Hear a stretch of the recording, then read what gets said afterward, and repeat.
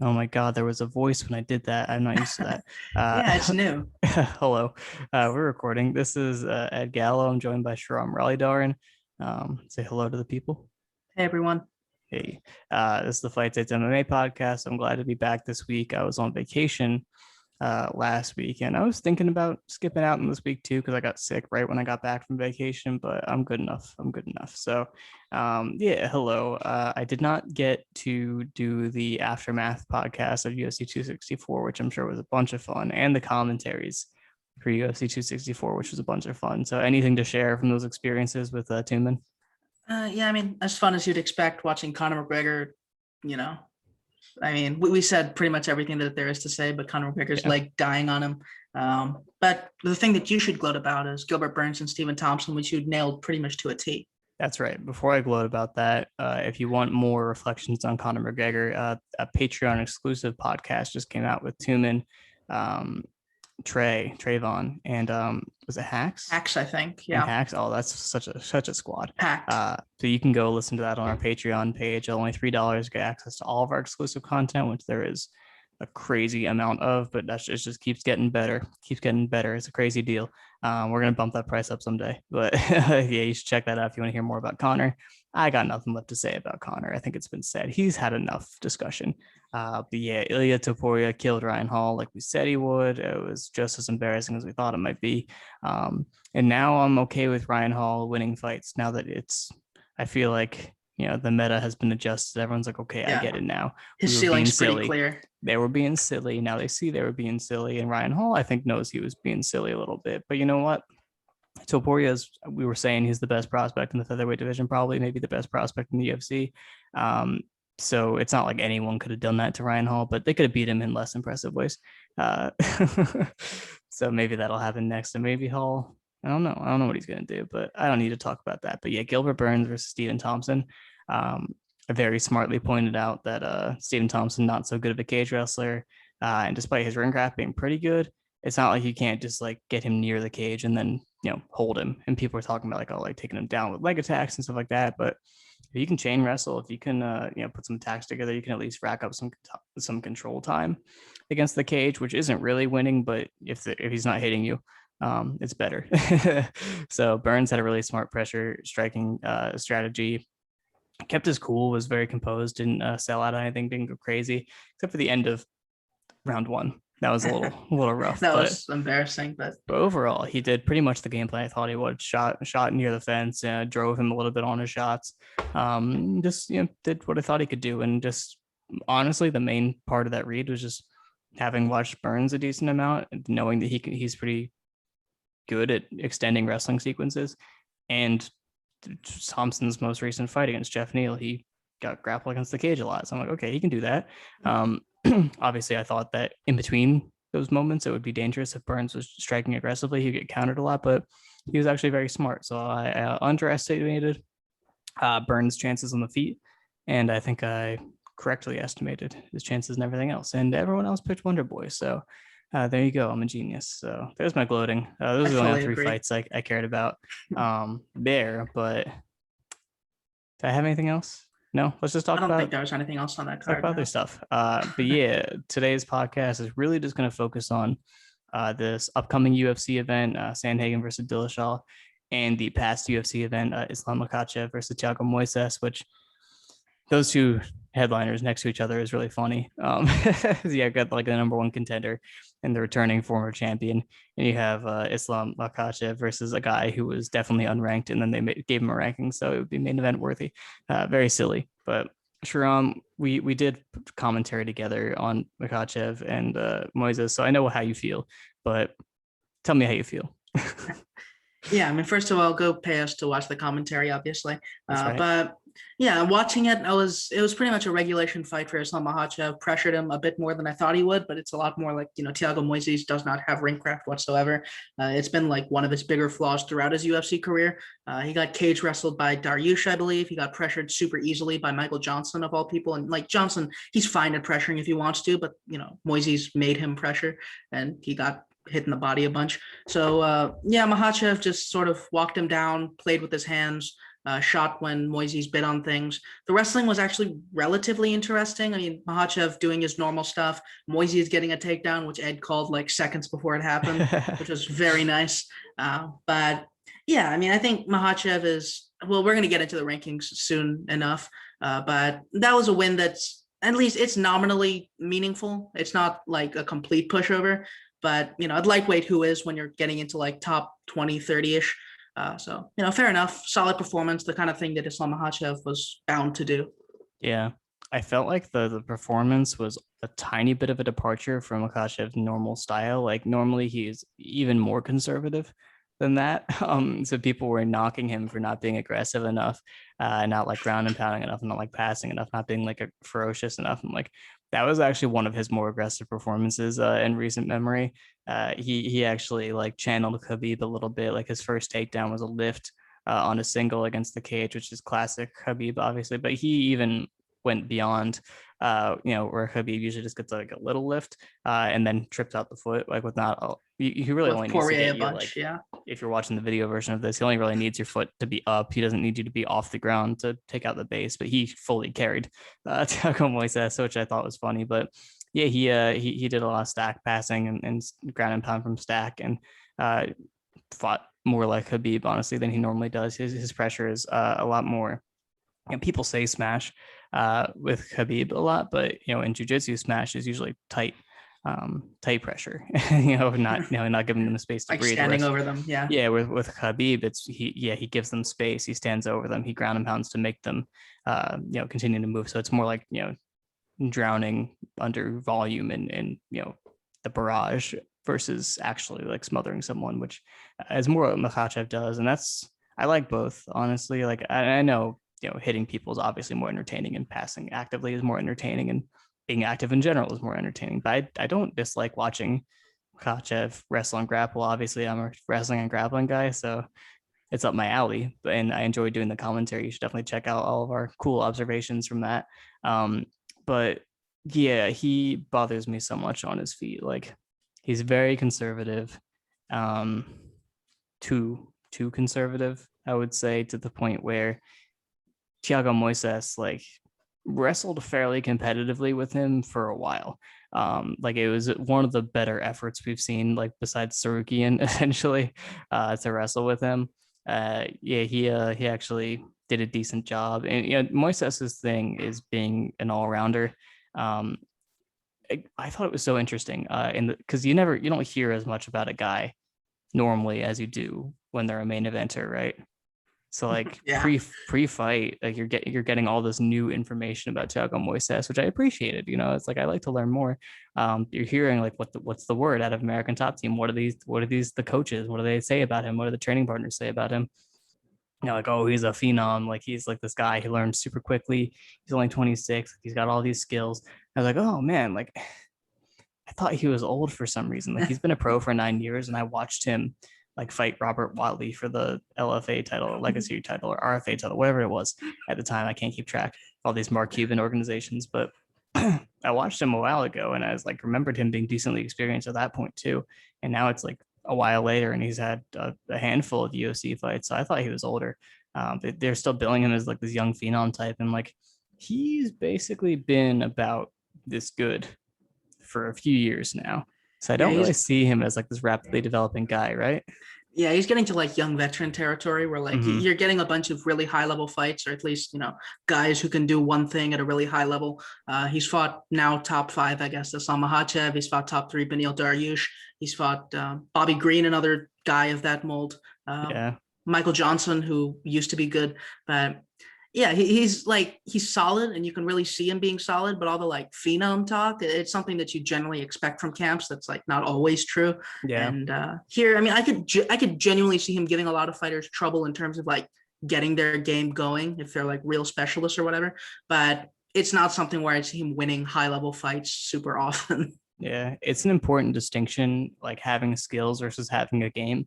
Yeah. That's something I think we talk about fairly often, but that's something MMA fans get confused about. Like, oh, he's great in the ground. He's got solid striking. He's a good wrestler. He's in good shape. He's fairly physical. Like all that should come together to be a good fighter, right? And that's kind of the ATT mold It's funny that this is our guy that we got super young, and he's our phenom, our ATT guy. Like Rory was the TriStar guy. Like he's been TriStar the whole time, MMA the whole time. You know what I mean? Yeah, I think that's Thiago Moises for ATT. And to that point, he is like the embodiment of ATT, where he is very skilled in a lot of different areas. Not like super skilled, but like, impressively well rounded, I would competent. say. Yeah, Yeah, like he's a professional fighter for sure. But it's just like he doesn't really have ring craft, like doesn't really have a clear direction. He tries to push fights in, doesn't take initiative, isn't and he can hit. He can be dangerous just by virtue of putting together smart combinations and like doing things that make sense on the feet. But his whole game is basically just to exist in whatever phase the fight is in. And it's at that level of MMA, I think you really need to have an idea of how you're going to maximize your advantages if you have them. And his idea was just to fight Islam Makhachev, it seemed like. And he's like, I will wrestle with him and I will grapple with him and I will just be competitive with him. I'll try to take him down. And like, you can find successes in that, but it's not a sustained game plan. And with someone like that, where they have such an area of strength, you need to fight to take that away or minimize it or counter it, something that's specific to them. And I didn't see that. And we were getting mad about it during the commentary because we talked about not having ring craft. Like, you don't even have to have a good ring craft, but like, if you are worried, or you should be worried in this case, about someone wrestling you against the cage for a long time and taking time away from you and grinding you out and wearing you down and putting you in bad positions, you don't want to be near the cage, right? A lot of people understand that. Everyone understands that, because I remember with Khabib, everyone was saying it. Don't end up with your back on the cage, and you'll have a better chance. Like, yes, how is that accomplished? And I've seen many, many fighters say that, oh, they're going to back me up, but I'm going to have good ring craft off the back foot, and I'm going to circle well, and I'm going to escape, and I'm going to move laterally, and he's not going to be able to put me against the cage. I'm like, sure, theoretically, that could work. Edson Barboza did pivot away from the cage that one time, and Khabib ran into it, and it was like that proof of concept. You can do that, but most MMA fighters don't have that kind of game, right? How many fighters would you expect to be able to do that? Like Prime Eddie Alvarez, Jose Aldo. Yeah. I mean, even still with Aldo, he's not giving up all that space first. It's like you have to force him backwards to get him to boot back at all, right? Yeah, I mean, it's the sort of thing where Aldo isn't going to actively pressure, but he's going to hold his ground a lot more than someone like, Edson Barboza is the best example for him. Gaethje in the Khabib fight. Like, I think there are fighters who would outfight against wrestlers, but they'd never be like super. They wouldn't give up space the way Thiago Moises did. Like, there were points in the Makhachev fight. They look like someone fighting Luke Rockhold, where like he'd lunge forward and into check hook somehow by Islam Makhachev. It was wild. And I think that's the thing with this with Thiago Moises is like, if he has an advantage anywhere against anyone, you're never going to see it unless they force it on him. Yeah. And it's annoying to see because like you can really see he's solid in a lot of areas. And like Alexander Hernandez was just like, he looked completely incompetent by the end of that fight because Hernandez just gave him the sort of fight that he wanted. But after like, he even in the Makhachev fight, he started holding his ground a little bit more later in the fight. It's just he had no idea what he was doing early, and it's very annoying to see. Yeah. So those are your options. Either be harder to pressure. If you don't want to be on the cage, be harder to pressure. Don't give them all that space and try to hit some maneuver when you're almost there. That's so much lower percentage. You're giving yourself such smaller, margin for error. So either do that or be the one pressuring. And the obvious caveat when you're the one pressuring is like, do I have to move forward? Yes, you have to move forward. You don't have to crash forward like an idiot, but you definitely should move forward a little bit if you're pressuring, pressure with your feet, pressure with feints. If they try to circle, hit a round attack, jab, do stuff. But, even so, even if you think, though, I could do some measured pressuring, if they move forward, do I move backwards? Do we collide? I don't want to grapple with them. Okay. But you understand that this guy trains at the gym where their whole thing is grappling people against the cage. So you think you might do better. not against the cage. Typically, that's true with Makhachev. I actually can see this as being a more valid concern because he is so good upper body and he is good in clinch situations and he is good in space. And I actually think he might do better having taken someone down in open space. But in general, I think that's a fear that's kind of unfounded. Gaethje versus Khabib is the worst one because clearly didn't have it in him to do well in the back foot in that fight. He fell to pieces. But when they collided with space, when the cage wasn't there, Gaethje actually pulled him off his leg and looked strong and good in the clinch with him. So like, think about that. If he pressured and was like leading to the body like he did against Ferguson, they could collide a bunch. But that's good, you know. That's good for two reasons. One, because it's better. You're better there defensively than you are against the cage or in some other unideal situation that you're not creating. And two, that's hard for both of you. And isn't your strategy to get this guy tired trying to wrestle you? That's perfect. So every time I talk about ringcraft and grapplers, like I go back to this whole Gaethje Khabib conversation, and I made sure to point out what good back footwork would be like in this kind of situation, because I've said a few times that fighting off the back foot is harder in MMA. And Tumen's always like, not necessarily, because Tumen like, watches boxing and like knows about actual striking. He's like, no, that shouldn't be true. It shouldn't be true. But just within the abilities that we've seen from MMA fighters, it is very hard for them. So that's why I say that. So Moises failed in a few different ways. I don't think he would have beat Makhachev with any like super game plan, but he could have done so much better. Just hit his body, like just put a little work on him. Just hold center because he's not going to pressure super aggressively. You have a lot of time to work before that happens. On the feet, did you catch any reads for Makhachev strengths, weaknesses? Not really. I mean, a lot of it's just, southpaw kicking. I liked how he built off the hand fight. A lot of what Moises does is high guardy, and Damir Smagulov did some similar thing to like level changing threats where he started like really pelting his body with the straight. Here, Makhachev just sort of played with his hands, feinted, and then shot underneath to get to the hips. But yeah, I mean, I agree with all that wrestling stuff. I think even we talked about Wonderboy versus Burns. Even that's not a bad example because Wonderboy is one of the better outfighters in the sport.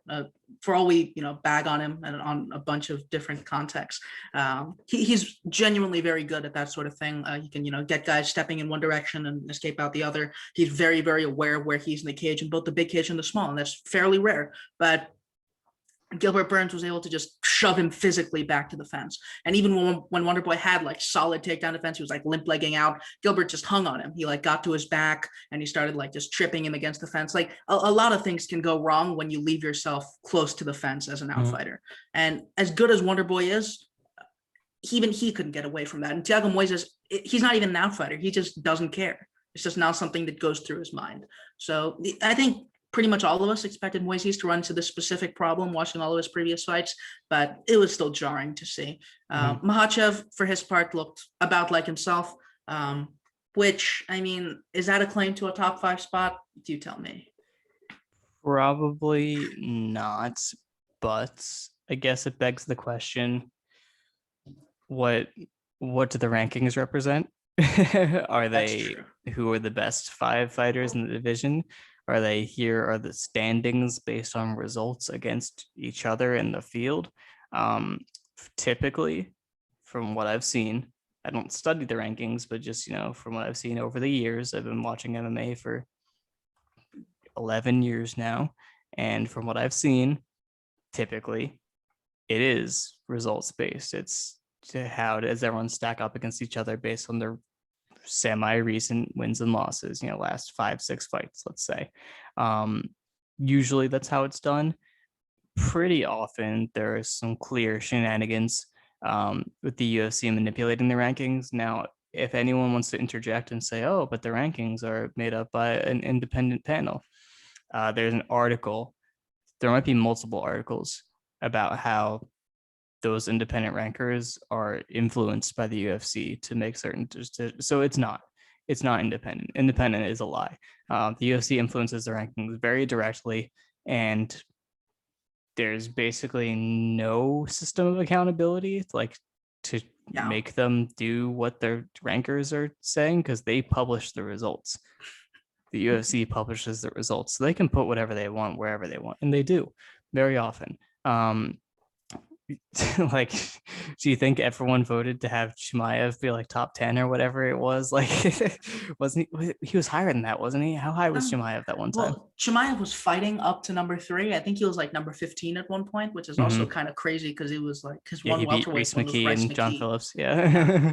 But yeah, I mean, that's the weird thing is that a lot of people have become generally aware that the championships are like promotional tools more than anything else. Yeah. Like the belt can just go on any fight the UFC wants, pretty much. Like there's really no reason for the UFC to do it for the best fights other than we want to do it. And the rankings, it's pretty much the same thing. I think it was for Emmett Burgos, where the article came out and the guy posted the notes. It's like, oh, if Emmett loses, drop him because Bryce Mitchell is on a good streak. If Burgos loses, drop him because Bryce Mitchell is on a good streak. They like, straight up tell him what to do. Yeah. You want Bryce Mitchell in there. Let's just be honest.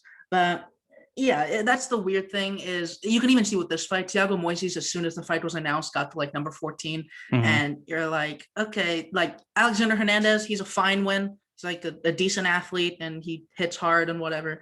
But I don't think anyone else beating Alexander Hernandez would have made it in there. Like for context, like previous guys who went on big streaks, I don't think Francisco Trinaldo broke like number 10 with an 8-win streak over better competition, including Paul Felder. So it's incredibly arbitrary. And I think the fact that Islam Makhachev is like top 5 now, I agree that it tends to be based on standings. And I think the best way to illustrate that is with former champions, because Tyron Woodley, right after the Kamaru Usman loss, he was number 1 for an entire year. Yeah.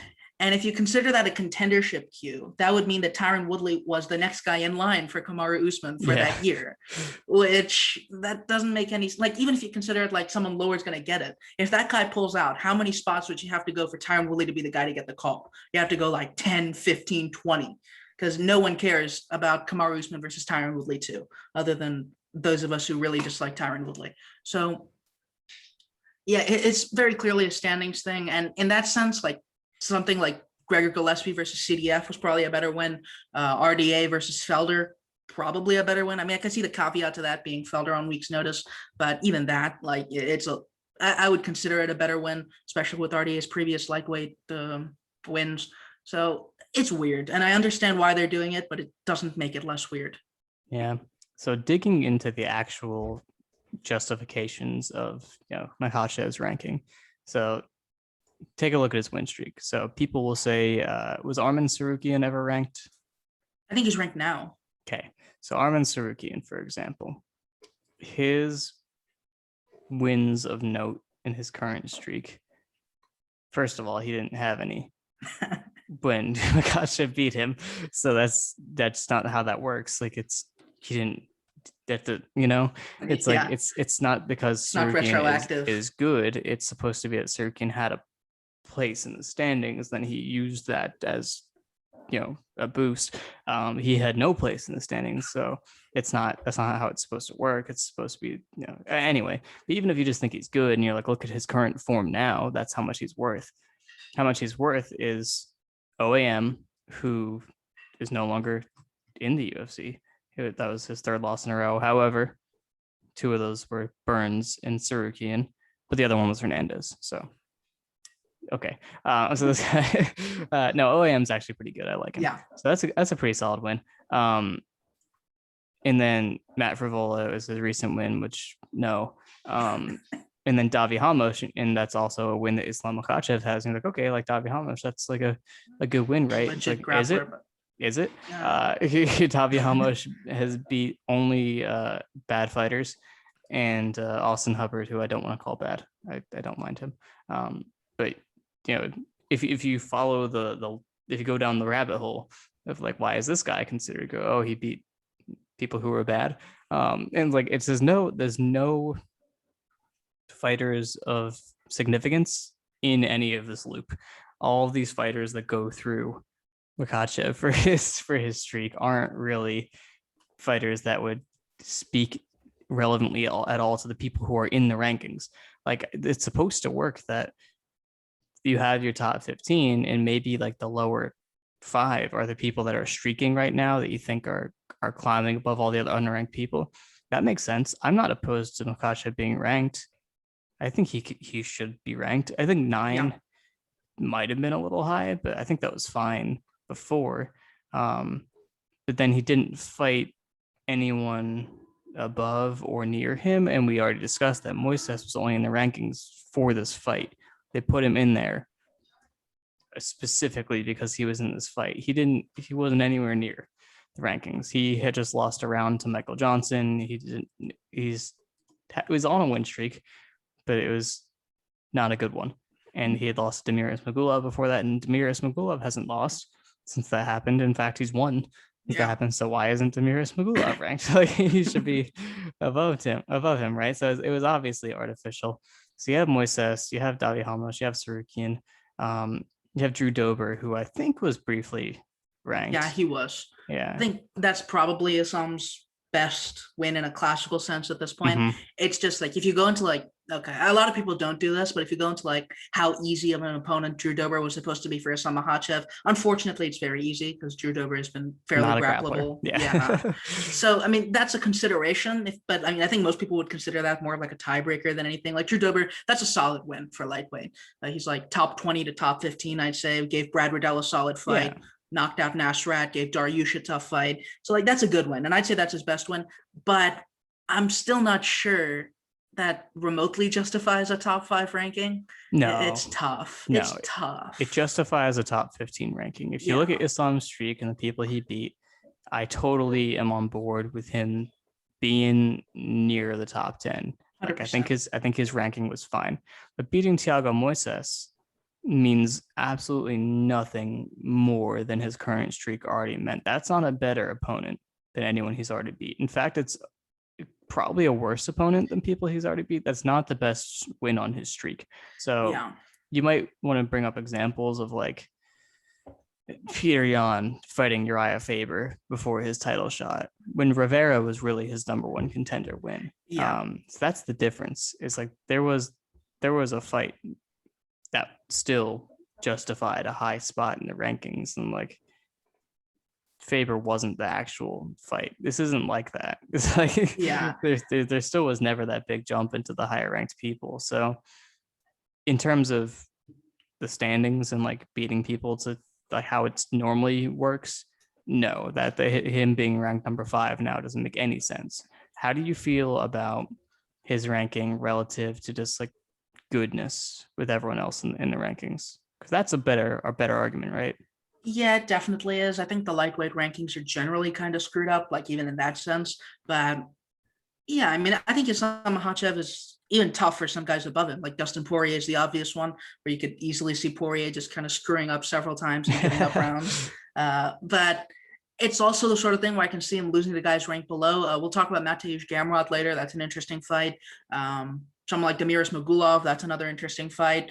I mean, there are a bunch of fights for Islam that I'm not sure I'd necessarily favor him in, given that he's at the top 5 spot. It's like, so another example I've seen floating around is like Charles Oliveira, who had like a bunch of low ranked wins and then apparently jumped up to top 5. But there's the Kevin Lee win, which Islam Makhachev doesn't really have a parallel for.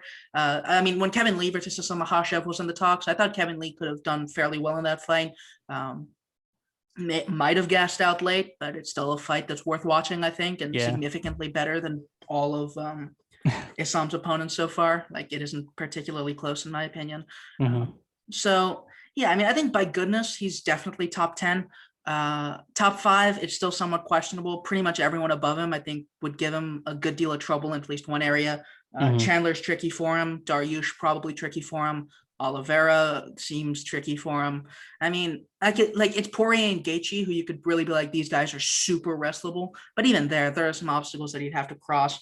And honestly, Gillespie's kind of done more to beat like a really legit grappler than Islam's done so far. Like, I know Thiago Moises was being touted as like this, black belt phenom dude.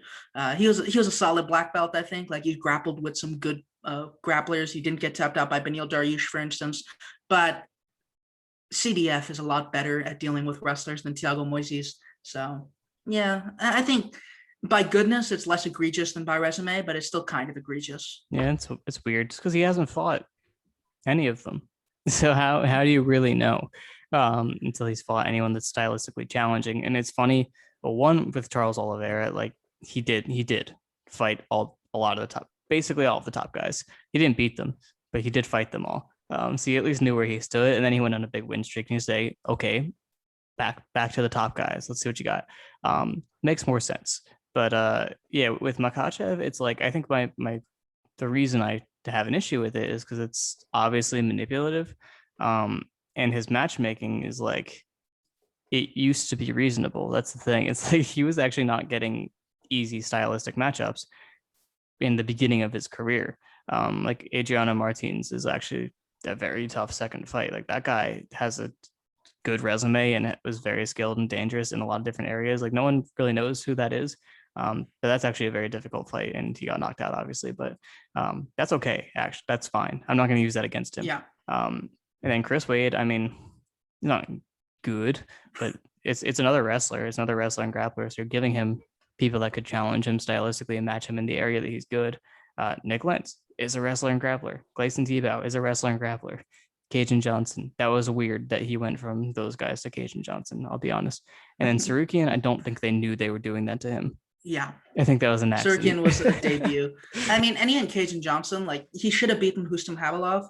So that's something where I could really be like, okay, maybe this is a fight that makes sense. But it also seemed like they were punishing Cajun Johnson more than giving Makhachev a step up, because I think that was like Johnson's last fight in his contract or something, and he had like real disputes with the UFC. They're like, hey, Makhachev, take this guy out. So I mean, I get it, even if it's not like a competitive motivation, it's like an actual motivation. After that, it's just been kind of silly.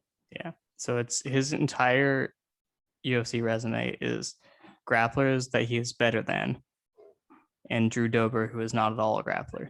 So after 5 demonstrations of him being able to out grapple this level of guy, they gave him another one. So like this, and it's not like Moises had proven to be a level higher as a grappler than any of those guys he fought before, because Moises got wrestled and grappled by Ismagulov and Dariush and maybe other people in those fights. I don't want to rewatch them, but that's just the point. It's like it's clearly protected matchmaking. There are a ton of guys above him, and then everyone's saying they're ducking him, they're not accepting the fights. There's no evidence of that. There's no proof of that. That's what they're saying, but do you believe that? I don't believe that. Why would they be scared of him? There's all this hype. Like it would be beneficial to fight him, and now he's ranked number 5, so they better want to fight him. But we'll see what happens. I don't want to whine about it anymore, but it's very silly. It makes me want to not like him. It makes me want him to get knocked out, but I'm not going to go there. I'm not going to go there. I'm going to be, depending on who he fights, because I'm probably going to end up rooting against him in his next fight, because he's probably going to end up fighting someone I like, just because I like the people in the upper rankings of lightweight. Except if he fights Dan Hooker, then I won't. I won't root for Dan Hooker, because that's a futile effort. There's no way that I don't think Dan Hooker's going to beat him. Yeah, I mean, I think the only way that you could reasonably say Sam Makhachev is being ducked is in the same capacity that like basically everyone underneath the top 10 is being ducked, or underneath the top 5 is being ducked, which is that the 1 through 5 have no incentive to fight anyone below. Yeah. Like it's the sort of thing where I spent a lot of time whining about why the featherweight rankings were so awful and trash, and they kind of still are. Like Calvin Kattar's made it in because Zabit got pulled, but other than that, it's been like pretty stagnant for a long time. Lightweight's kind of worse at this point, like low key, where they're like 2 guys in the entire top 5 with really relevant high level wins. And if you want to be generous, you can give like Dariush CDF, but also CDF is like looking kind of worn at this point. Like that's a fine win. It's not a great win. When continues to age worse. Yeah, like you have Justin Gaethje, whose wins have all aged kind of badly. You have Dariush, you have Makhachev, who has wins that were never good enough to age badly. Like Michael Chandler has Dan Hooker, which is, it hasn't aged, but it's bound to age badly. Like it's a weird division. And I think there are ways for it to get like at least look better with the same level of competition if like more people fought other people, but it isn't Makhachev being ducked any more than anyone else. I think Ismagulov's probably ducked more because he's better and cool. What's going to happen is that the next, like in a couple of years, the next echelon of top lightweights, they're going to have really good resumes because they're all going to have fought each other, and they're all really good coming up right now. So once like the Ismagulovs and Fizieves and all those gentlemen, and Gamrot too, once he gets in there, once they all start fighting each other, I think it's going to be a freaking mess. But that I'm excited. There's a lot of talent at lightweight, a lot of good fighters. It's probably first or second best division still, just the way it's been match made, the way that it's been developed, just in terms of the fights themselves, has been super weird, and it does them a disservice.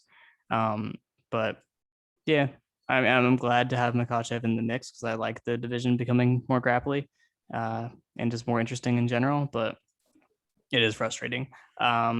Other things on that card, we just said Gamrot. Gamrot took Jeremy Stevens down with a single immediately, and it was cool. And Stevens did not defend it well at all. He did not use his hands, which you should do that if you're Kelvin Gastelum school of takedown defense. Yeah, he just kind of thought he could limp leg out just by using his leg and not like popping out. Yeah, it was dumb. And he got taken down. And then he went Kimura trap from bottom, which apparently he does a lot. I haven't studied Jeremy Stevens grappling, but Sriram says he does that a lot. And I remember at least in Moicano where he like spent not a whole round, but like he got taken down on the first and just held on to a Kimura for the whole thing. So I'm sure that Gamrot probably would have known to do that counter already, but if he was watching any film, he probably would be like, oh, I know what to do there. And then he did it, and it worked really well. And he was clearly super in control as soon as he got that Kimura grip, because he sat on his head and made a bunch of adjustments before he finished it and looked very at ease. But yeah, Gamrot had a cool stand-up performance in his fight before this, and his debut was awesome in many different respects. Guram Kutateladze is interesting just because he's more of a he's well-rounded and he's good, but he's a striker. He's just someone that he fights out of the Caucasus. All those people can basically do it all. So they're tough for grapplers specifically because they can grapple confidently and they can give you a test on the feet. So if you're not as good of a striker as this guy who can grapple with you, then you might lose, which is why the Khabib era was so frustrating, and why we were really fascinated with all these lightweights in ACA, because they were all like that. They're all really interesting strikers, and dangerous strikers, or just good strikers that could grapple and wrestle really well, even if they weren't specifically wrestlers and grapplers. So it was like, oh my god, I wish that he was fighting these guys instead of these American styled guard people. pullers. Yeah, and guard pullers, Dustin Poirier, guillotine pulling punk. That's why I lost my train of thought. But yeah, Gamrot's cool. Kutateladze is cool. But yeah, I want Gamrot in the rankings. I want him fighting top guys. The upcoming surge of I was gonna name multiple guys, but really it's just Gillespie and Gamrot. I want them to get up there. And the problem is those guys versus each other and versus Islam Makhachev is so good. But I want them just to eat all of the strikers. I want the strikers to be eliminated from the division, or prove that they can't just send strikers after them, because everyone's like, people aren't doing it with Poirier as much, which I think they should be. I think they should be doing it more than they are with Gaethje, actually. You could just throw a wrestler at him and he'll lose. That's actually more of a concern with Poirier, honestly, just because of his ring craft and positioning and stuff like that. Gaethje's harder to pressure than Poirier is, and that automatically makes him, and he's a better wrestler. So that automatically makes him a tougher matchup for those guys, and just the way he fights generally. But those two have huge targets on their back in my mind right now, because they are surrounded by grapplers, and the champion is a grappler. So it's going to be an interesting few months or year, or however long it takes to see this all play out. But I'm on the edge of my seat, honestly, because I can't wait to find out if we are going to make fun of these guys, or if we are going to have our faith restored a little bit. And it'll definitely depend on what the fights look like, but it's either going to be giving us an even greater appreciation for Khabib, or it's going to be like these guys made adjustments because of Khabib, and then even more appreciation because he shifted the meta in a direction that we can appreciate, right? Yeah, I mean, we've already seen someone like Poirier put like offensive wrestling into, or at least some of those concepts, the leg right he had on Hooker and like beating McGregor, beating the crap out of Conor. Yeah, that was amazing. But yeah, I mean, if I could see like actual defensive adjustments from Poirier, it'd be more impressive. He didn't seem to do it specifically for the Hooker fight whatsoever. In terms of defensive wrestling, he didn't try. But Yeah, it'd be interesting. I think like there's a decent chance Poirier just like bangs out a wrestler. Someone like Oliveira just like, doesn't get to the wrestling as quickly as he Yeah, should and stands tries a to little too strike. long. Yeah, just gets shifted upon. That's very possible. But then it wouldn't really be anything like useful information in that regard either way. So yeah, I mean, I'd like to see the grapplers do well. They're like at least someone like Gaethje, I think he can make enough adjustments that it can be reasonably hard for a wrestler to beat, like even over the distance in a fight where they shoot a lot. It's just I need to see it before I believe it. Yeah. Speaking of things that we saw that were good, Billy Quarantillo versus Gabriel Benitez, Mowgli. How'd you like that? That was amazing. I liked it a lot. I mean, Mm-hmm. Quarantillo, I don't think he has a particularly high ceiling just because we've seen him get boxed on the back foot and clinched up by Gavin Tucker. And his game is like incredibly attribute centric. Like it's like watching Max Holloway on crack, basically. It's the worst. It makes you very, very concerned for him. Like not in terms of like actual technique or anything, but in terms of like this guy's getting hit very, very hard in every fight. And it's very concerning. But it's a lot of fun. He has some decent ideas in terms of striking. He was like weaving out on his rear hand to set up takedowns and like hit a left hook. The stoppage was actually super weird. I mean, Gabriel Benitez, he had some decent ideas later in the fight. He started like hitting Quarantillo's body to like slow him down a bit. And he's generally a really big hitter for lightweight. I think it's lightweight, right? Featherweight. One of them. Featherweight. Yeah. But he's a big hitter for his weight class. He's a decent mechanical puncher. And it's generally tough to walk him down. I don't think he hurt Sadiq Yusuf early. It's tough to dominate him the way that Billy Quarantillo did. But a lot of it was just the grappling. He got to his takedown smartly and just kind of beat him up. And the end of the fight, it was a weird stoppage, but that fight was long over. So Yeah. But yeah, Billy Q really good win condition pursuer. Like he knows yeah. exactly how he wins fights and he gets right after it and he has no fear, giant balls. So appreciate that. And he's a noodle man, which is always interesting to see. And Benitez, this has decent stand-up fundamentals and good weapons and is also very aggressive. And I like that. So that was an awesome fight and they both beat the crap out of each other. That's not always like what I like to see, but they were both beating a crap out of each other in ways that was like, this is my way to win the fight. I'm going to beat the crap out of you. And they both went for it. And then one person came out on top. And that's all you can really ask for out of either of them. So I appreciated them both doing their best, I guess is how I'm saying that, which is why throw back to why we hate Kevin Holland, not trying his best. On the prelims, nothing huge, but Amanda Lemos knocked out the Scarfold lady in 30 seconds. And that was awesome. She's a big hitter at strawweight. That was something that excited me about like Marina Rodriguez. She might be a bigger hitter than Marina yeah, Rodriguez does a lot of like clinchy attritionally stuff. Lemos just killed her. She's banging. Yeah. And like I don't remember the fight well enough to know whether it's mechanics or just that she's really heavy-handed or heavy-hipped or whatever it is, but cool. Very cool. I'm not going to look into her record at all right now to see what her prospects are like in the division. Just do it. Good send her in there. She can hit hard. Just throw her in there. Don't give her Carlo Esparza. Then Sergey Morozov versus Khalid Taha. Morozov is very similar to Askar Askarov, but I think he's actually a little more fluid. And I don't know, bigger. He's a weight class up, but he does essentially the same thing. It's like a very normal boxing centric approach, has decent fundamentals in that regard, gets to good grappling positions, is pretty patient transitioning from like singles to body locks to his finishes. Great grappler. Just he's really solid. He's really good. So he's not gonna blow the doors off anybody. And when he fights a more athletic, varied grappler of similar talents like Umar Nurmagomedov, who beat him, then it's an issue. But I don't know. I think he can actually go pretty far, which makes me think that Umar Nurmagomedov is actually in a pretty good place. I liked his performance in that fight. I was high on him then, but that speaks well to his prospects. And only other thing I wanted to talk about is Figueiredo's brother lost. He looked pretty decent in certain aspects, but he kind of fights like Izzy, where he relies a lot on like backstepping, counters, and straight kicking, and a lot of like outside lateral movie ring craft. And Malcolm Gordon was having trouble with it, and he was getting grappled a bit. Figueiredo is actually a pretty good grappler. Definitely better than Izzy. Malcolm Gordon's like a solid, decently well-rounded guy, I guess.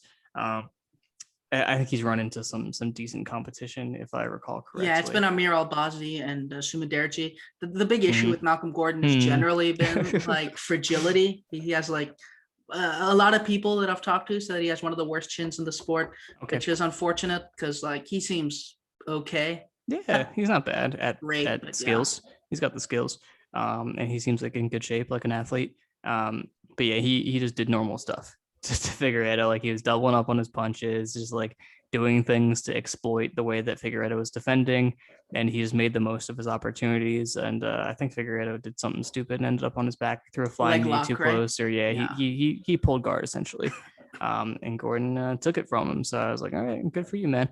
I celebrate all smart performances, especially when you're like disadvantaged in however many ways. But yeah, that was cool. That was a cool card.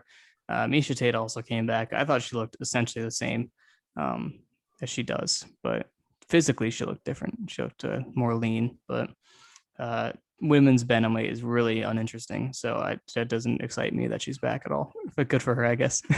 Yeah, if it was someone who hadn't already lost to Nunes, I'd be like, okay, but it doesn't matter.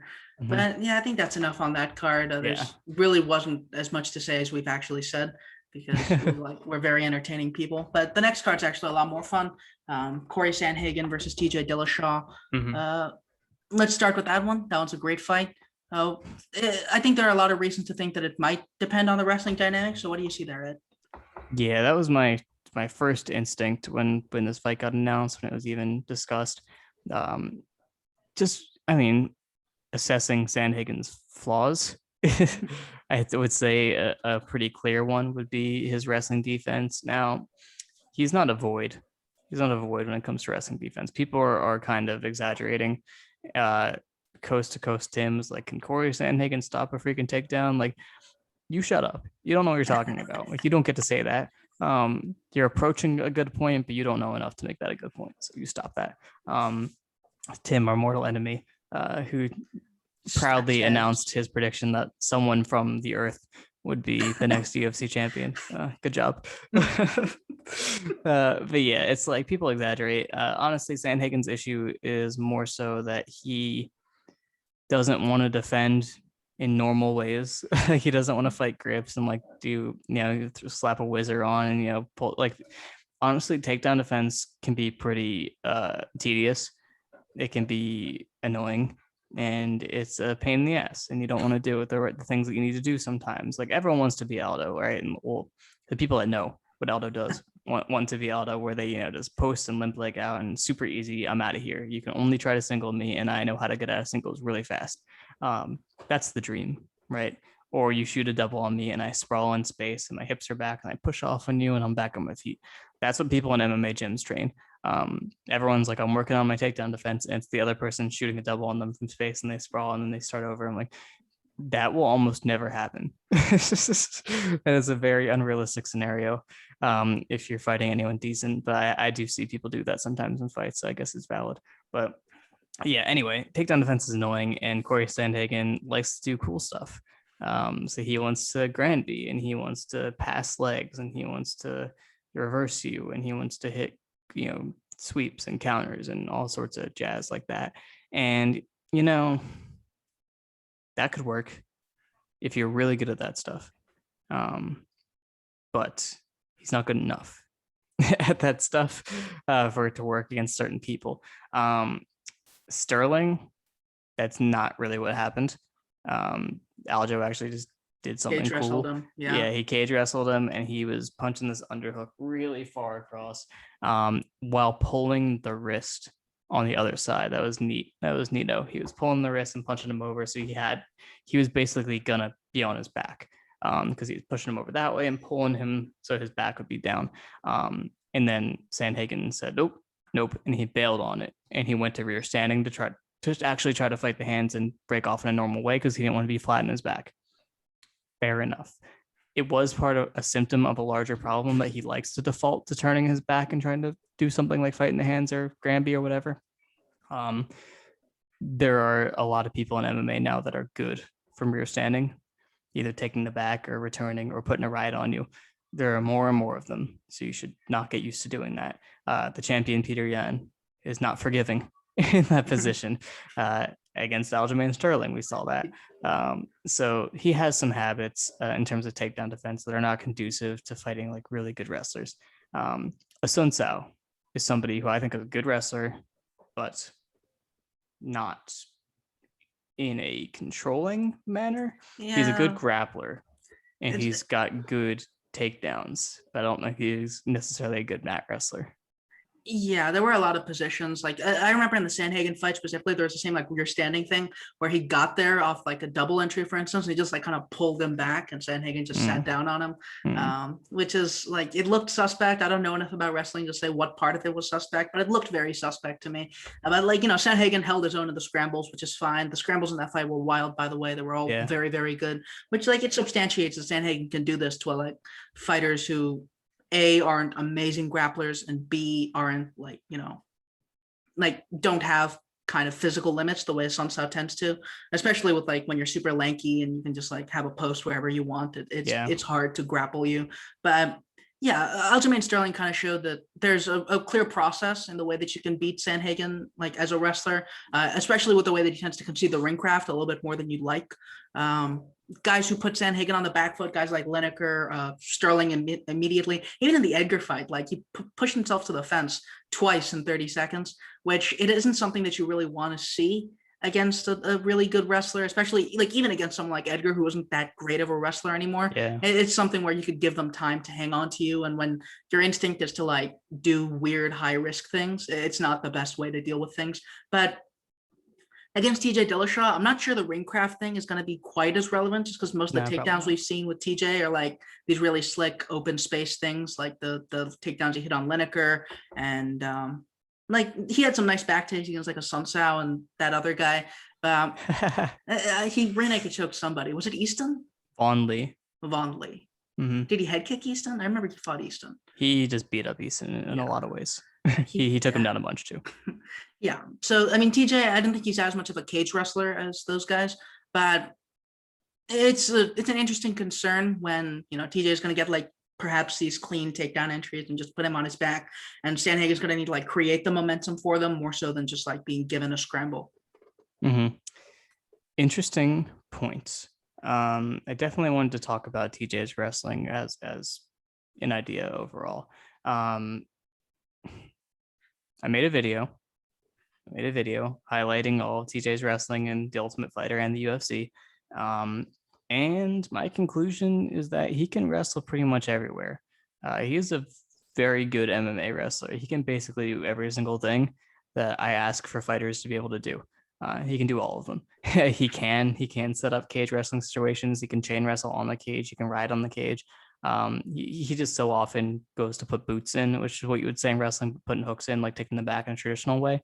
Once the space is there, which actually makes him more like Gillespie than some of the other like cage wrestling guys that you're thinking of. But he hasn't done it in a while, but it's just all situation specific. Like he has a really, really deep bag of tricks when it comes to wrestling, and when it comes to MMA in general. So it's like I witnessed in fight after fight after fight that he can do everything that the situation calls for. He can wrestle there. And the fights that he didn't really wrestle in, he didn't need to, or it wasn't just something that came up naturally. So like his recent fights, like Garbrandt, he trained with Garbrandt for a long time. He knows Cody Garbrandt is super hard to wrestle. And he also knew how he could beat Cody Garbrandt in the feet. So why would he? However, in the rematch, after he hurt him, he had rear standing on Garbrandt. He put an Iowa ride on. He had the one leg stapled, and he had a thigh pry inside the legs to keep him from being able to base up, and he was punching with the leg. So he put a ride on him. So that's wrestling, man. Just because he didn't take him down doesn't mean he didn't wrestle. So he did wrestle Cody Garbrandt, actually. And as Sriram has pointed out so elegantly, he wasn't in on that single against Cejudo. But yeah, like Cruz, they wrestled plenty. They wrestled plenty. It's just Cruz is the best wrestler in the history of the division, I would say. So that's going to be tough to out wrestle him. But they went even on wrestling. So I mean, he's wrestled in every fight where wrestling was relevant, where it came up, and it's like he never stopped. And if you're someone that says like, oh, it's been forever since he's really wrestled in a fight, he's probably not good at it anymore. That is the wrong person to assume skill degradation for. Like, say everything you want about TJ Dillashaw. Like, he works really freaking hard, and he works on everything, and he's a maniac. There's harder no than way, natural, you might even say. yeah, he's all natty. But there's no way he isn't wrestling his ass off all the time. Like these guys, a lot of wrestlers that turn to MMA are sick of wrestling.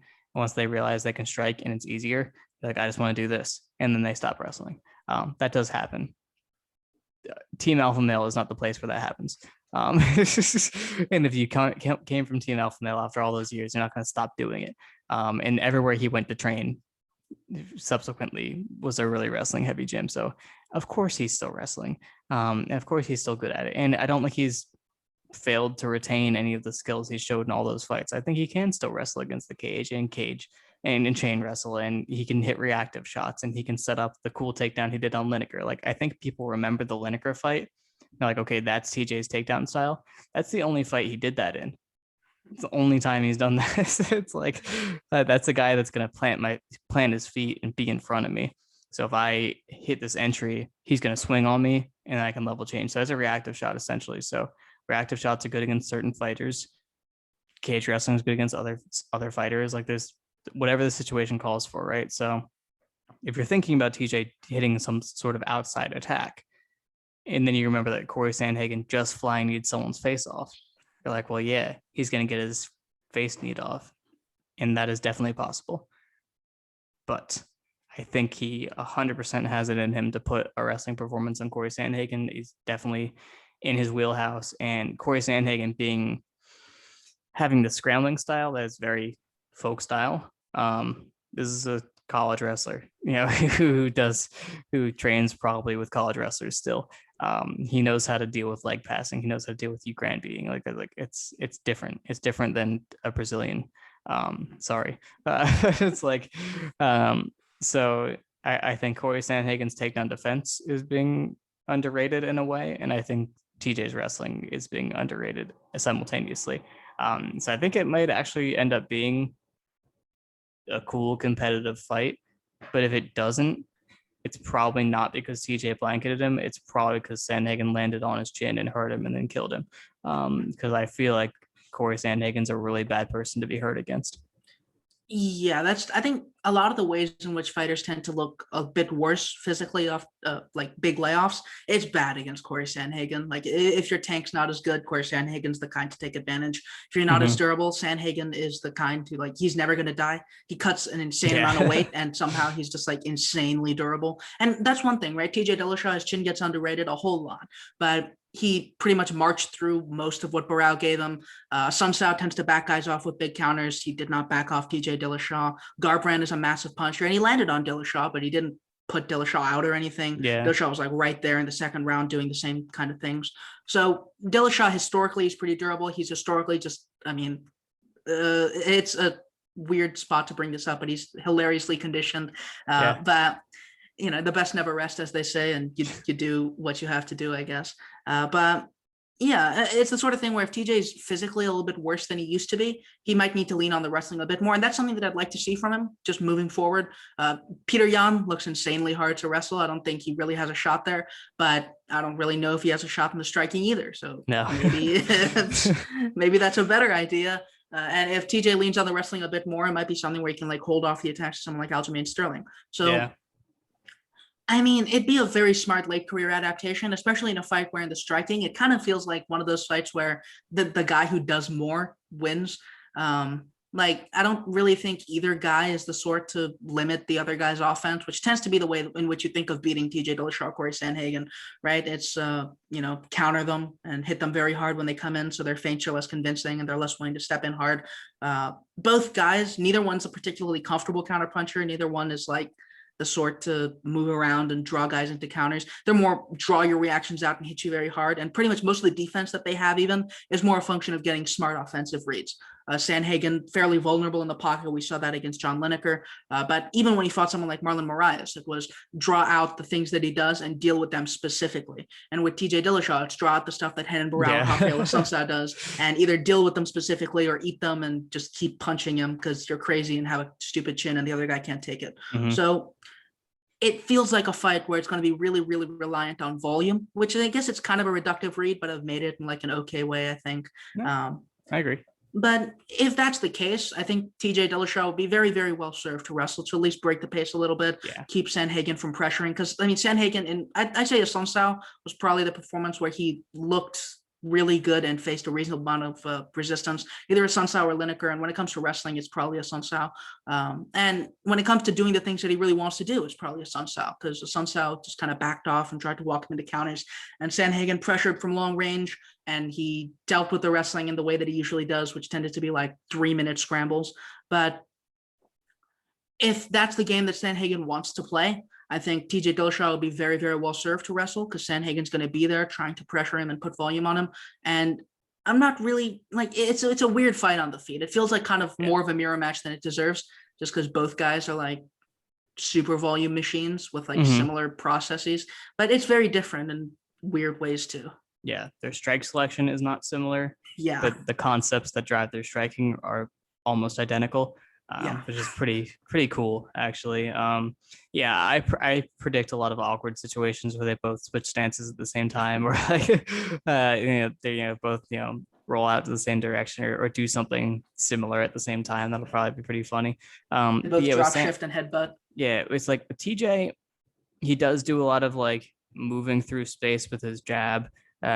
Like everything is a drop shift, like everything is a shift, everything is a stance switch, like everything is some sort of advanced, you might not want to call it, but some might call neo footwork maneuver. Like everything is something. It's like, can't you just be normal for once? But it's like he does move through space with his jab, whereas Sandhagen, he's moving, but actually he is the more normal one between them, because he does shift, he does switch stances, but he also like will circle and jab, which is easier, and accomplishes almost the same thing. But he'll like circle and jab, but he's the one who is more willing to throw like actual throwaway strikes to set up whatever he wants to actually hit. He throws in combination, but it's usually not like multiple strikes in the combination are real. It's like there are throwaways, and then one of the strikes is the real one, which is how people always talk about the Diaz brothers, but it's actually true this time. Because with the Diaz brothers, like most of them are throwaway strikes, and even when they're throwing for real, that it's still kind of a throwaway strike. And like, I think the variance of their power was overstated. But with Sandhagen, it's real. Like he actually mixes up his speeds and intensities very well to set up his combinations. The most recent fight of his I watched was Lineker. I did that this week for bad calls. I thought he lost, but nonetheless, it was a good performance. And it's just tough to draw from that to this, because Lineker is someone who's good and dangerous and skilled and physical, but predictable. Definitely going to try to walk you down and throw similar types of combinations. And he's going to go hook body, and he's going to come up top, and he's going to do all these things. And Sandhagen's game plan was very matador-y, where he was, poking him with his throwaway jab to find him, and then hit his counters or hit whatever he needs to, or back straight out of range. Where with TJ, you definitely don't want to take the back foot, right? Because then he's doing what he wants. And if you pressure, that's probably better. But if you pressure, you're also giving him a little bit more of a read to wrestle. So it's like, I think they both have answers for each other, regardless of approach, which makes it a really cool fight. Just the thing that really makes me feel like maybe it won't turn into the cool fight that it's really should be is like that TJ is the less durable of the two, and he might just get hurt early and put away, and that makes me sad, because I think if it plays out the way that it could, if neither one got knocked out, it would be a really awesome competitive fight, where I think TJ might have the edge just because he's the one that can initiate grappling and wrestling, and that's a huge advantage to have. So yeah, I think the pocket exchanges could be pretty interesting, because I don't think Sandhagen's like particularly good there. Don't think that's a strength of his. He doesn't really like to be there at all, really. I mean, Yeah. like he does exchange in the pocket just by virtue of he starts what he's doing and then they become in the pocket while he's doing it, and then he just kind of adapts. Whereas TJ, for better or worse, does put himself in the pocket fairly often. His head movement is built into his strikes, and it is something predetermined, but it's good. It's typically pretty good, and that's how he knocked out Garbrandt. It's how he messed up Barrow. I mean, it's worked for him a lot. So like I could see that him actually making some solid connections. He should definitely go to the body a lot because Lineker got hit like twice with knees for doing that, but that was about it. And I'm sure Sandhagen's adapted and changed since the Lineker fight, but it is a read. It's something to do, but it's just like talking about this fight is so annoying because it's like I'm putting work into it, I'm thinking about it, and it's like, is it gonna come out and TJ is gonna look like shit? He's gonna die, and I was like, no, there wasn't even a fight in the first place. Like that would suck because this could be really amazing, right?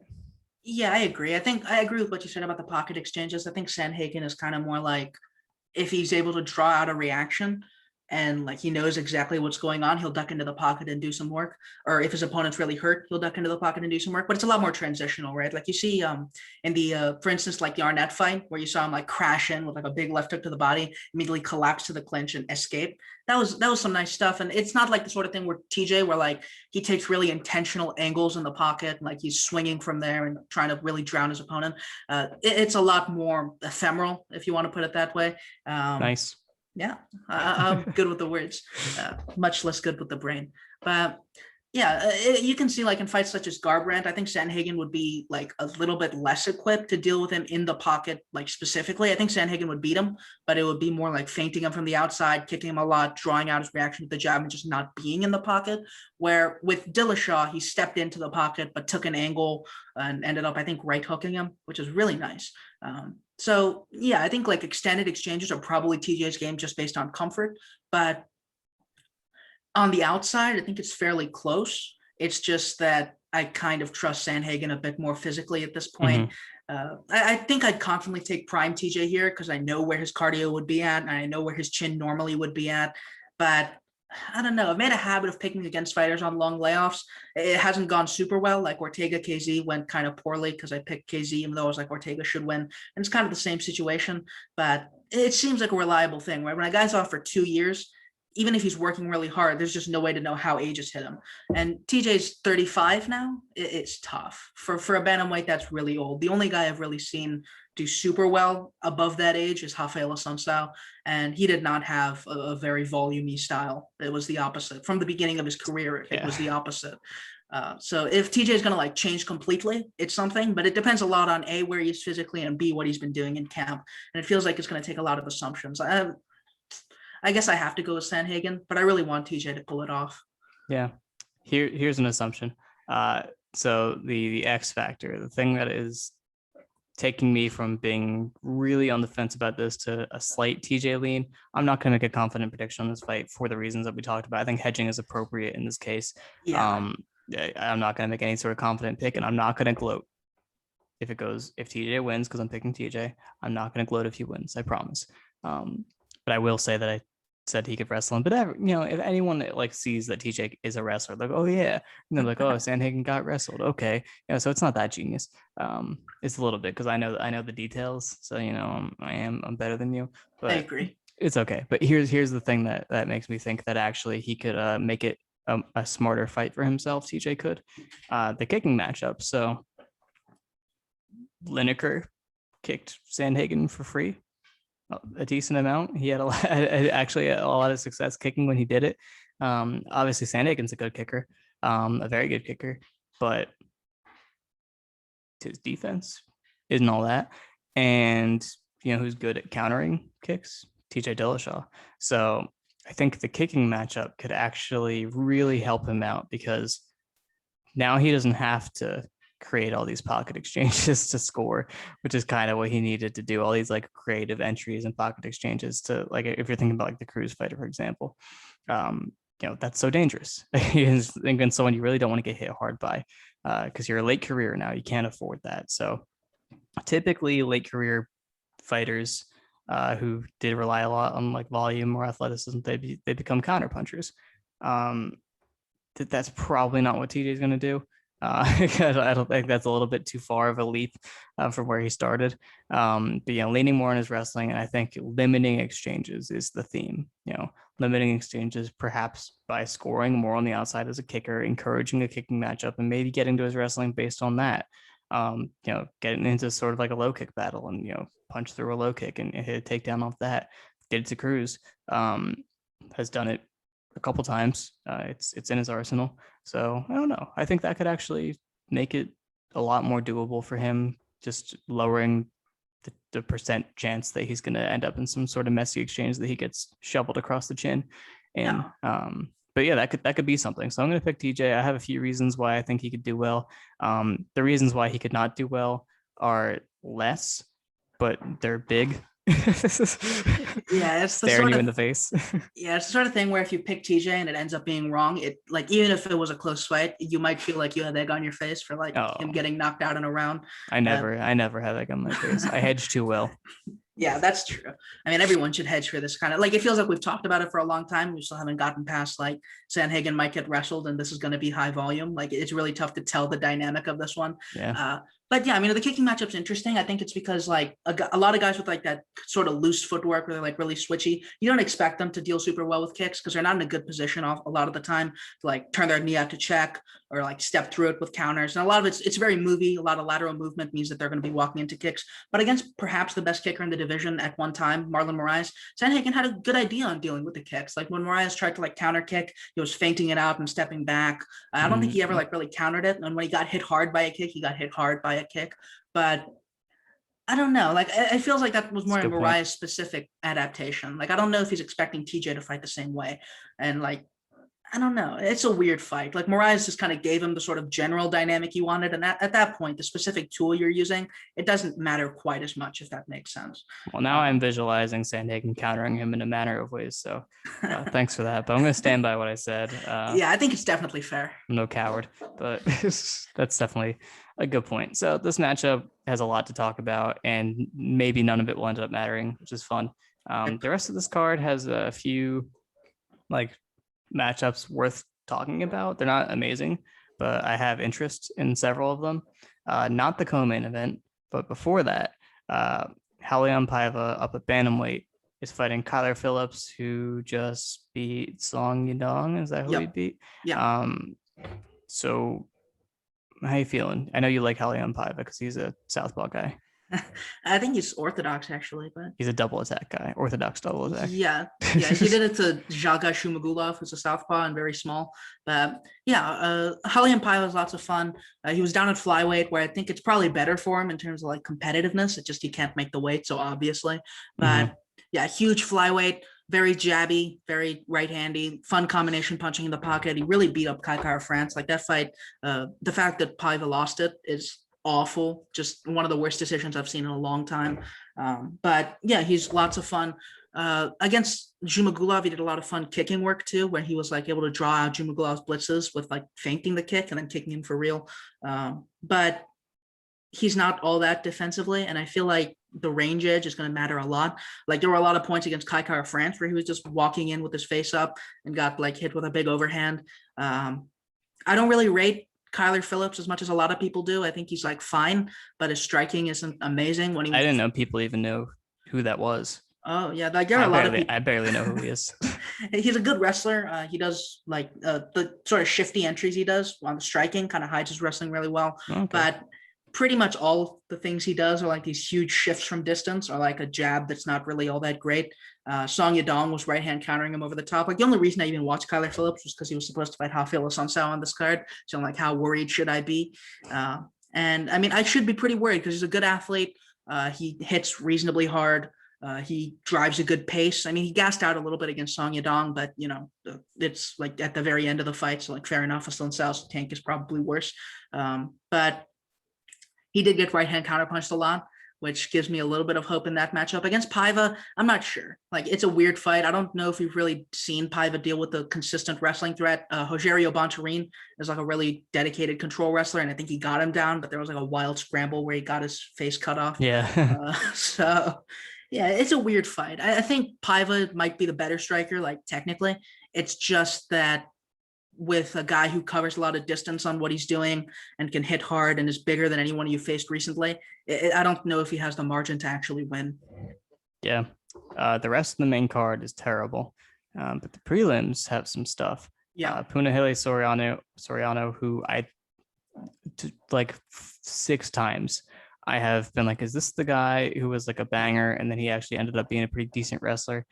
I think it's this one, but I don't. It's super racist, honestly, because Yeah, the there's people another I'm Soriano confusing too. are like Polynesian people with like tattoos that like all kind of fight the same. Like, I'm sorry that I can't differentiate them. Like, one, I'll get it. I'll get it eventually, but I know it. I know it's bad that I can't figure that out. It might be him. He's fighting Brendan Allen, who is like a pretty decent grappler and like not kind of well rounded. But he got with Hoof pretty recently, I think. So Yeah, maybe it was Rufus, right? That's a big upgrade. Oh, that's a crazy switch. It's like opposites, but I don't know. So I have my eye on that one just because it's middleweight is not good, but they got some guys I don't mind watching. There's like a very solid tier of middleweights who like are just they're good enough to watch, and it's a very physical division. There's a lot of athletes, and I think that makes it a lot more watchable. And a lot of them are training with Henry Hooft, so that helps too.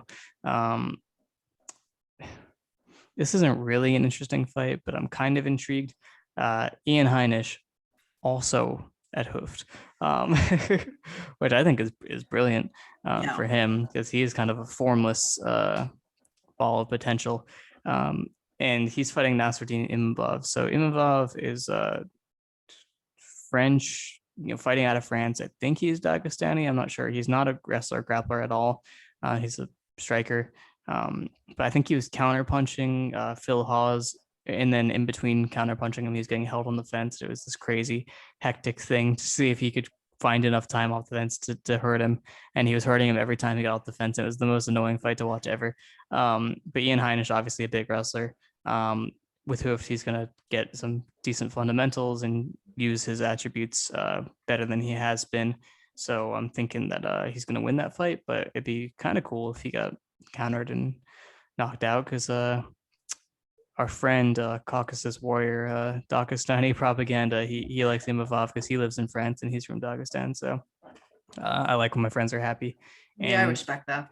The main event of the prelims is Randy Costa versus Adrian Yanez. I think a lot of people are interested in this fight because they're really hype on Yanez, and I think they're decently hype on Costa, and both of them are on Twitter and they interact with the fans a lot, and they're gonna strike. Yeah. I mean, I don't have a great read on Costa, mostly because the only fight I watched of him was like the really short Journey Newson fight. And he's a good kicker and he hits the body. Yeah. And the Brandon Davis fight where I think it was like super short notice and he gassed out and lost, which is like fair enough. Yeah. I have a much better read on Yanez. He seems to have like this nice cross counter, does fun intercepting counters, does a nice job. Actually, he's a fairly solid kicker, at least in terms of like the structure of his overall game, where he uses like this lead leg kick to walk guys onto his cross counter. But the Gustavo Lopez fight was both really impressive and kind of weird because when Lopez got the most scared and started just going southpaw and not doing anything, Yanez didn't really push his advantage, which kind of makes me concerned when he moves up the division. I'm not really sure that Costa is the guy to take advantage of it. I think Yanez is probably just flat better, but it's something to watch. I think it's definitely going to be a fun fight. I mean, both guys are reasonably entertaining. Costa in particular just kind of runs forward and feeds himself in the counter sometimes. So it's something. Like I like Yanez more. I think he's cleaner, and I think he has a higher ceiling. But Costa is definitely something. And our buddy Trayvon, who's from Houston, told us that Adrian Yanez is actually a grappler at base, which makes this whole thing much more interesting. Just in terms of his prospect development, that you don't have to worry about that as much. Like at least, like, even if he's like getting away from it a little bit, if like it happens that he like takes a prospect loss where he gets grappled, like that it's not going to be a long road to recover that. But yeah, that's a cool fight. I like that. I like that a lot. And Yanez looks and fights a lot like lightweight Masvidal, which is nice. It's a nice throwback. So that's a cool fight. And fights like boy, Julio Arce is making his bantamweight debut, I believe, versus Andre Ewell, who is pretty much exclusively an outfighting boxer. and Julio Arce, also a boxer, also outfights a bit. So I'm curious to see how he approaches that. Yeah, it's really funny because this is Arce's first fight down a weight class after getting kind of big He's fighting at the biggest 145. dude there. Yeah, he's fighting a dude with 155 proportions in his first Mhm. fight at 135. It's madness, but it's weird because both of them do kind of play like a similar game, jab straighty from southpaw. But Arce, I think, does it a lot better. Ewell doesn't really have defense. A lot of it's just length.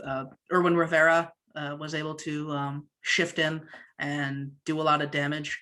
Not a ton of damage. Ewell won that fight clearly, and the fact that it was a split is kind of awful. He put a ton of volume on Rivera on the outside, but when it got to the inside, like inside the range of his own straights, it did not go well for Ewell. Right. And in comparison, Julio Arce, he's genuinely a very, very good fighter. Like in terms of bantamweight, I think he'd do fairly well. We've seen him grapple before. He's solid. I don't know how much he's done of wrestling, but at least Dan Ige was a committed, strong wrestler when he fought him and didn't really get anywhere. So that's something. And as a striker, he's fantastic. A lot of what he does is just, jab straighty from southpaw like Ewell, but he's a lot more diligent about his defense, gets behind his shoulder super well, proactive head movement like dips and side steps and such. So he's one of the few southpaws who like really bothers to cover that outside step really, really well. Because in a lot of southpaw orthodox guys, they just kind of like step outside and they just throw the straight. Julio Arce like takes these like clever angles and like turns his opponents. And there's a lot of nuance to what he does. And I think in exchanges, he's going to be the by far more polished guy. And we've seen him beat bigger guys before. Like Julian Erosa looked twice his size and he head kicked him. Yeah. So, yeah, I think Julio Arce is someone to be excited about if he's still who he was. It's been like, a year and a half since we've seen him, which sucks. Hakeem Dawodu was a good fight, but it was an obviously tough opponent for his style. Yeah. So Julio Arce should be something that's, or at least Andre Ewell rather, should be an opponent who's a little bit easier for him to look good against, especially since he's so lead hand heavy as a southpaw. It's something that should help him in a close stance matchup, unless it just completely throws him off for some reason, which would be a funny inversion. But yeah, I'm hoping Arce does well and beats up Cody Garbrandt later. Yeah. Worthy of note that Nathaniel Wood, I would say similarly proportioned to Arce and less skilled, pulled out a really bad fight from Ewell on the feet before he ended up taking him down and beating him on the ground. And he just did it by like feinting his entries and staying just outside and making Ewell lead and then starting his combinations that way and did really well with that and counter kicked him. So maybe if Arce watches that fight, he could probably replicate that game plan pretty well. But it's possible that Ewell is also improving, but I just kind of see him as the victim here, just because that's kind of been his role in the UFC. I enjoy watching Ewell when he's doing his thing offensively. Like he's clever offensively. He does like some fun shifting stuff sometimes, and he's like fast. He's like bantamweight Michael Johnson, grappling issues included. But yeah, Arce seems like the much better fighter here. Yeah, no bias, definitely not. But yeah, so that card will be good, and then it's going to be bad, and then it's going to be really good at the end. So I would say watch from the beginning, and then maybe take a break, and then come back for the last three fights, even though the co-main isn't good. But yeah, so that is it. Not really any other important events on the horizon, but next week we're going to talk Bellator, which I'm sure you're all very excited about. And we got Patreon questions and we got other stuff to do, and maybe we'll have a guest on and we'll find a way to make that week more interesting because the UFC card is atrocious. Yeah. You got any closing remarks? Not really. I don't really have anything to plug other than this. Go to the site, watch the videos, pay us. Go to the Patreon, $3 for all the content we mentioned at the beginning. And yeah, I mean, the summer's kind of dire, but we'll get through it together. Yeah. 2 episodes of Bad Calls this week. Sandhagen Lineker is already out on Patreon and podcast platforms, but the video is on Patreon. And I've been making it harder for you podcast only people by doing some back and forths and some slow motions and adding some more breakdown components to it. You jerks. So you have to go watch the video now. And tomorrow, probably not tomorrow, today that this is being released, I'll put out a Dillashaw Cruz Bad Calls, which was a robbery. So find out why it was not just a bad call, but a robbery. Stay tuned for that. But yeah, the end. Goodbye.